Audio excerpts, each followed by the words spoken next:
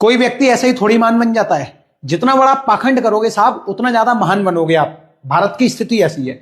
ये देखो, ये है हमारे धीरेन्द्र शास्त्री। बीच में इस लड़की को देखो, इस पे भूत प्रेत कोई आत्मा आ चुकी है। अभी यहां से चुटकी बजा रहे हैं, आय हाय चुटकी बजा रहे हैं। एक्टिंग देख रही हो। और ये देखो अब आ जाए कैसे निकाल रही है, अभी ठीक हो रही है, रिलैक्स हो रही है।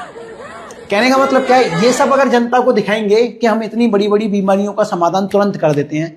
हालांकि दोनों ही पेड एक्टर हैं ठीक है। अब किसी के ऊपर भूत आना, प्रेत आना या कोई साया आना, इसके पीछे की बेसिकली साइंस क्या है।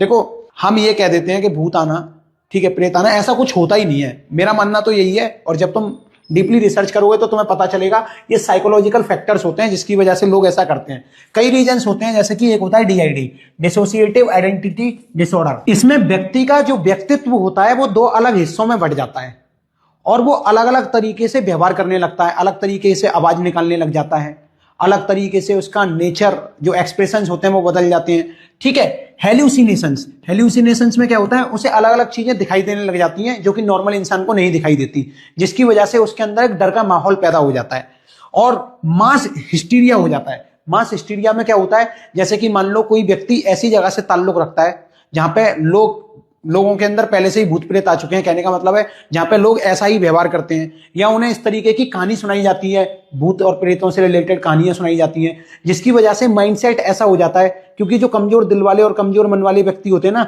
उन पे ये चीज जल्दी से हावी हो जाती है, तो उनका माइंड इसी तरीके से रिएक्ट करने लग जाता है। इसी को बोलते हैं मास हिस्टीरिया।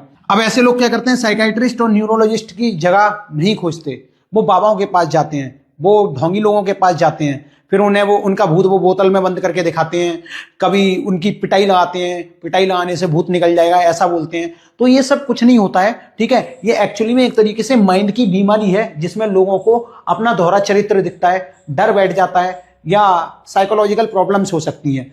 तो प्लीज इस पाखंड को बढ़ावा ना दिया जाए तो अच्छा है। लोगों को इस बहाने जो बाबा लोग पीटते हैं, उनमें से भूत निकालने की कोशिश करते हैं, इन अफवाहों से आप लोग भी बचें।